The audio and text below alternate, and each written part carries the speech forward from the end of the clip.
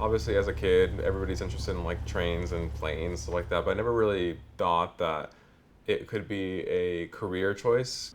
And I went through community college and did a couple different things, tried a couple things out, and didn't really find passion in anything. And then I kind of realized, hey, I loved airplanes as a kid, so let me give this a shot. Did a bunch of research, and at 19, I started flying, so now going on 6, 7 years now.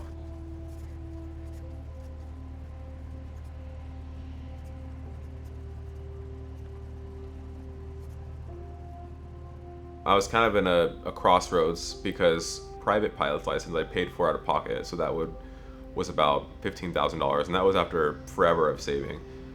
And I had two options: either kind of quit flying because I had no more money, or go to this university which had an affiliate program with my flight school at the time, and it was a school called Liberty University. So for those of you guys who maybe don't know about Liberty University, it's a very hyper religious school. For some metrics say that it's the most conservative school in the nation.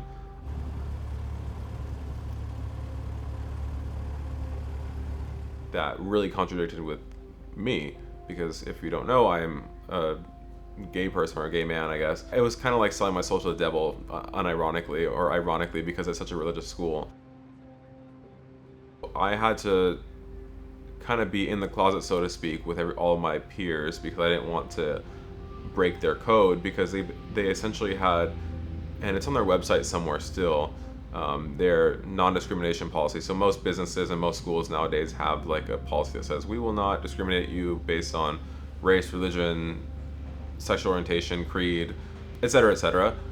So when I was looking into the school, I was looking up that non-discrimination policy because I knew it was a Christian school, and they had every other, kind of class or category you would, like, so to speak. So they had like race, religion, gender, etc.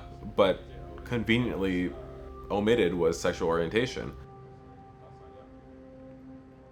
And I know there's other gay and LGBTQ plus students that have gone there, but it's kind of been like a secret, so to speak. You don't really tell anybody about it. I was fearful that I would get found out or get outed to my peers, and I would get terminated, so to speak, from the school. I lived in somewhat fear for a couple of years going there. If I had gotten kicked out of that school, I wouldn't be where I am today. Here, kind of works like a car as well, where it takes oil and gas. In the oil here, we can see that we have about 5 quarts of oil in there. I started the Los Angeles chapter of the National Gay Pilots Association. Nationwide, there's about 6,000 people. Worldwide, there's a bit more than that. So we have chapters in like Australia, Mexico, United Kingdom, Europe, etc.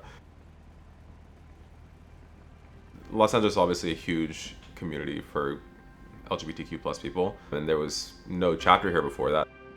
We have about 50-50 of like professional events where we network, and the other 50% is the social aspect. So I've made a ton of friends from there, even have gotten some flying opportunities from that. And that's kind of where I met all my mentors from, is through the organization, because you have these people who are in their 60s, close to retiring, and they have all 40, 50 years of experience in aviation. And so there's not many of us. At 6,000 pilots sounds like a lot, but in the grand scheme of things, where there's hundreds of thousands, we're less than 1%. I think one of the biggest things about that organization that I felt prideful in is the community aspect.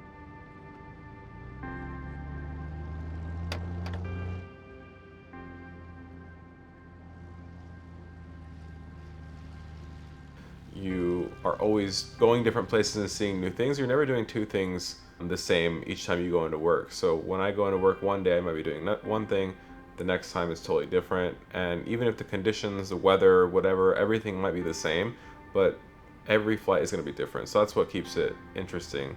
You're in the air, you're flying an aircraft, and that's what's exciting about it.